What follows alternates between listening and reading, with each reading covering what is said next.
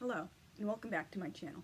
Today I'm going to be doing a vlog form of a blog post which I published in June of 2021 called Women in the Divine Comedy. And if you listen to the end of this vlog, I will give you a blessing because today, the fifth night of Hanukkah, the 29th of Kislev, is my Hebrew birthday, and we have the power to give and receive blessings on our Hebrew birthday.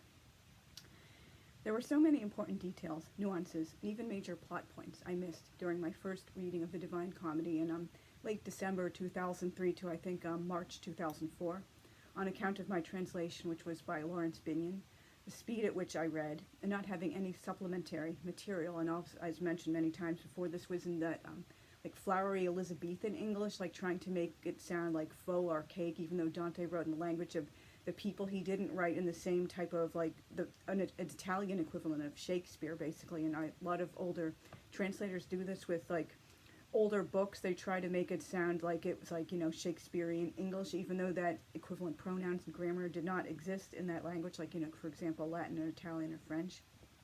And one of those things which I missed was a surprisingly modern treatment of female characters.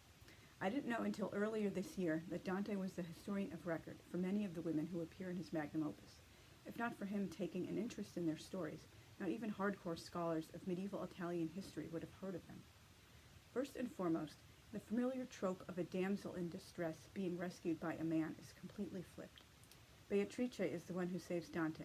Not only that, she sets out to recruit his first guide, Virgil, after a conference with the Virgin Mary and Saint Lucia, one of Dante's favorite saints.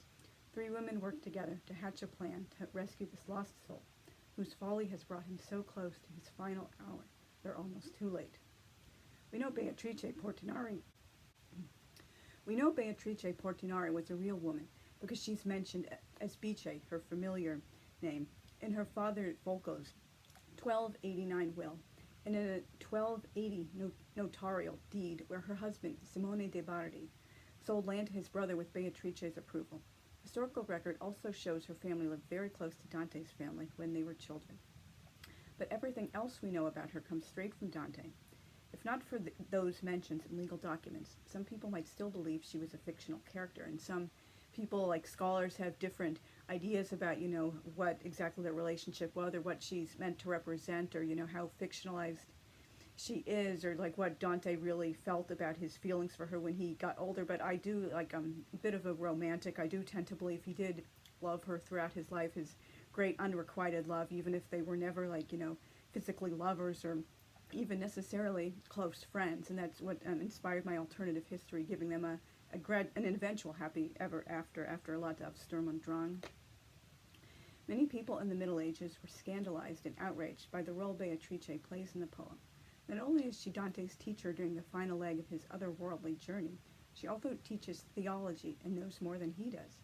Many people, men as well as women themselves, believed women had smaller brains and weren't capable of learning anything substantial, let alone being teachers. Theology in particular was considered a solely male enterprise, despite the example of many highly educated nuns like Hildegard of Bingen, and that was one of the few places in the world women could get a real education if they, became nuns and entered a nunnery, because, they weren't like forced into marriage and motherhood when they were all of 15 years old. They could actually, start learning and become like great erudite scholars. So, a lot of people have this like false image of nuns, which is unfortunate because they were like among the first women to get, real educations and have some kind of job opportunities, like, for example, nursing and teaching. And that's why I love and admire nuns so much. If I had decided to become Catholic, I probably would have become a nun myself. Love saved Beatrice from becoming one of the too many women whose names and stories are forgotten by history. The first woman to directly appear and speak, since Virgil only quotes Beatrice, is Francesca da Rimini, who was murdered by her husband Giovanni when he discovered her affair with his younger brother Paolo. Dante speaks to Francesca, not Paolo, when he encounters them in the second circle for the lustful, and thus gives her moral agency, which was kind of unusual at that time. Women didn't really tell their stories. Men told the stories for them, or they weren't even like major characters in a story. She tells her own story instead of passively letting Paolo narrate it. Francesca also reveals herself as a literate woman, since she and Paolo were reading when they fell in love. Though Francesca and Paolo's love affair and tragic murder was well known in Dante's day, Francesca was mentioned only mentioned by name in her father-in-law's will, by which time she was deceased, and it's not even really her. She's just mentioned as the dowry of the lady Francesca, who is deceased, not even counting her as a real legal person. She's just like property and money in the form of a dowry, not like her as a whole, full, real person. Because of her appearance in the Commedia, she's become the subject of countless works of art and music, another obscure woman rescued from historical oblivion. The next woman to speak, in Canto 5 of Purgatorio, is Pia De Todome, who was also murdered by her husband. In a world where wife-beating was not only legal, but seen as socially acceptable and matter-of-fact, Dante's sympathy is with the abused women, not their husbands.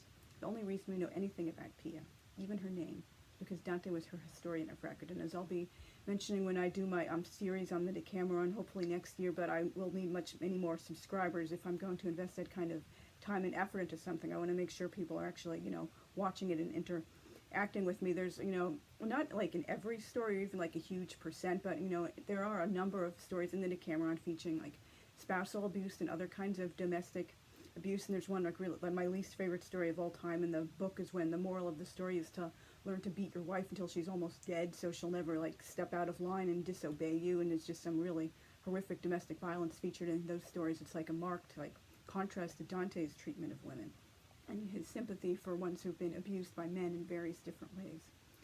Dante's final guide in Purgatorio is Matelda. Some people call her Matilda, but in actual the text name is Matelda with an E, not an I.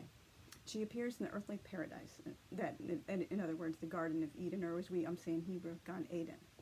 She invites him to ask any questions he might have about this place, and explains the weather and rivers. Then she orders him to pay attention to the approaching heavenly pageant. When Beatrice appears, she's anything but sweetness and light.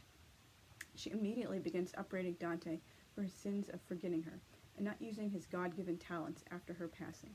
She's so stern and tough, Dante compares her to the admiral of a ship, and you think, because this was his great unrequited love, his beautiful, immaculate dream, he felt this, great, love for since he was a little boy. He would, have this lovely romantic reunion. She hugs and kisses him and says lovely romantic things to him. No, she's, immediately upbraiding him with all this tough love. So, that shows he didn't think women were just, fragile little damsels. They could be, pretty tough too if they wanted to, and if they, needed to get through to a man. Sometimes that's the only thing that will get through to a person is tough love.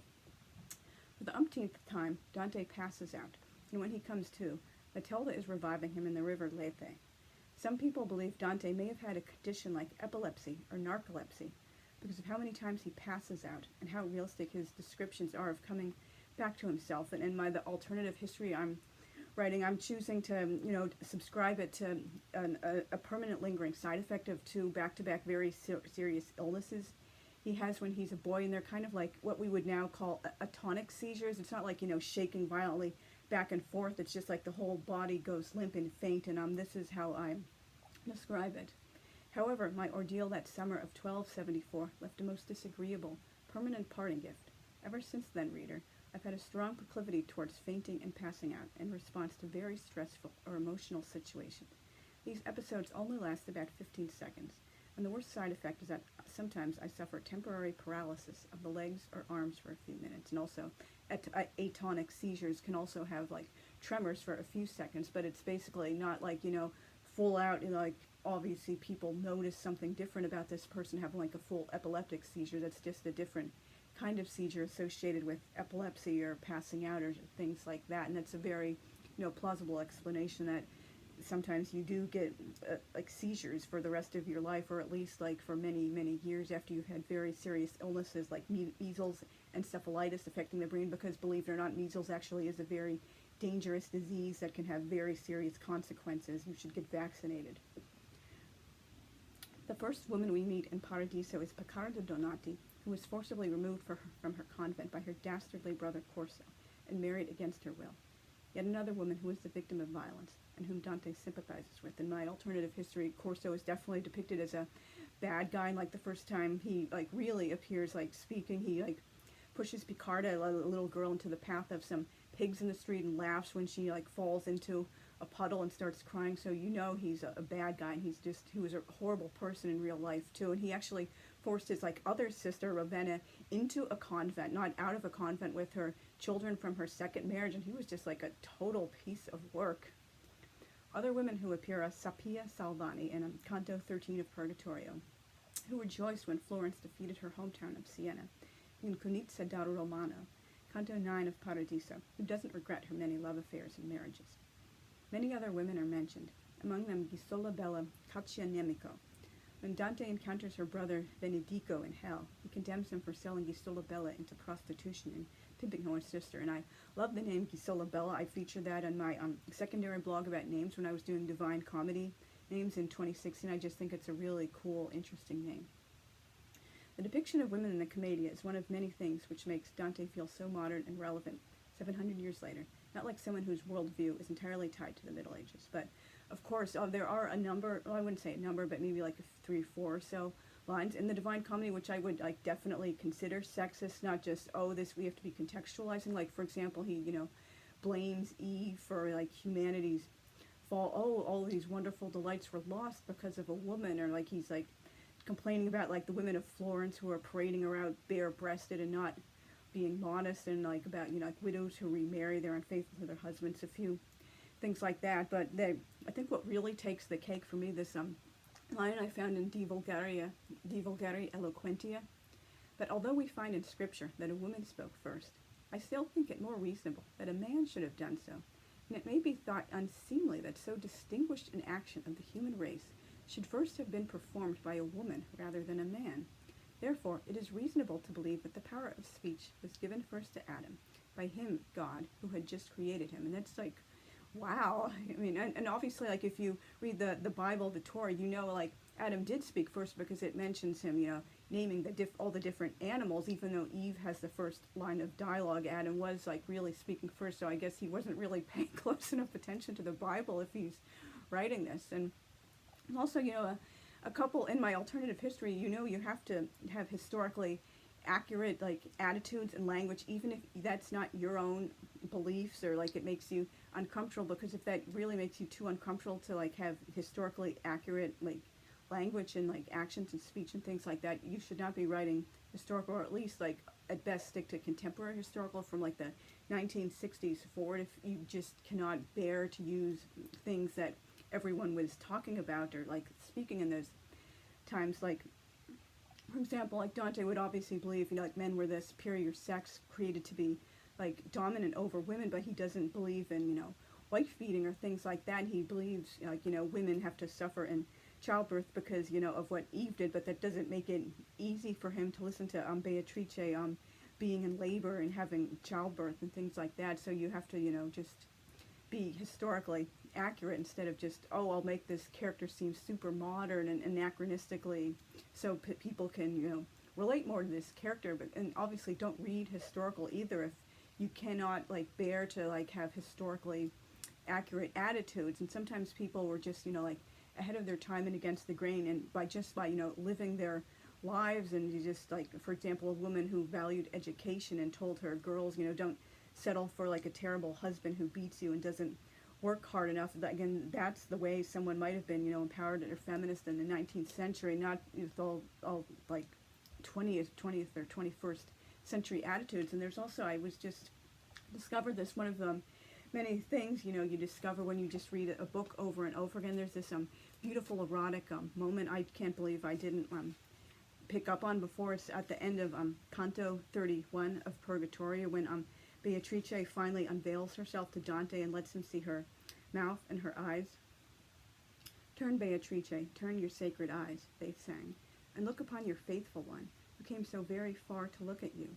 Of your own grace grant us this grace, unveil your mouth for him. Allow him to behold that second beauty which you hide from him.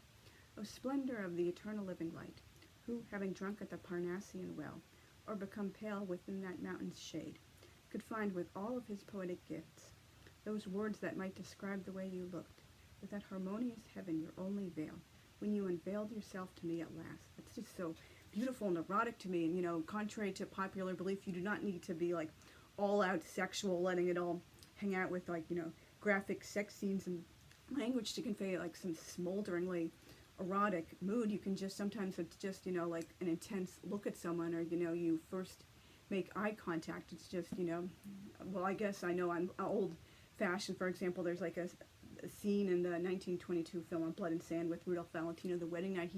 It's not, like overtly sexual at all. He just, comes up behind his bride, puts his arm around her and sweeps his hand out to the side, indicating they're going to go to their marriage bed to have sex for the first time. That's just like one of the most erotic moments in silent film for me. So, you just can't judge everything by modern standards. And so, obviously there are so many other women mentioned in the commedia, although it is primarily a men's story, but when women are mentioned, it's like very, usually very fair, and he's sympathetic with these women who've been abused by men, and he lets them speak for themselves. It's not just all completely a male story. And I mentioned today is my Hebrew birthday. I was born on the 29th day of Kislev, the month which Hanukkah falls in, which is the fifth night. It's said to be the holiest night of Hanukkah. We're not really sure why, but some people think because it's the beginning of the majority of the lights, and the fifth night can never fall out on the Sabbath, and it's believed on our Hebrew birthday we have the power to give and receive blessings. So if you have listened to the end, thank you very much, and I should bless you that you should have a happy Hanukkah, Christmas, Kwanzaa, Yule, solstice, or whatever other winter holidays you might celebrate. A very happy new year, and more gladness and happiness and joy and positivity than negativity and sadness and disappointment in the new year. And may you have all the great wishes of your heart received. And if you would like to send a blessing to me in return, I ask that you bless me that I should finally become a mother before I run out of time, and that I should find a good husband to be the father of my potential future children. I mean, I'm not naive. I know at my age I probably won't be able to have a large amount of children unless I'm blessed with like a multiple birth, but just one child would be wonderful and good enough for me. So if you've watched to the end, thank you very much. My next vlog might do on December 2nd, 6th, the philosophy of reading tag, and then on the 8th I might probably be doing a vlog about John Lennon's 41st death anniversary, and possibly some Dante and posts the week after that. So see you guys very soon. Thanks. Bye.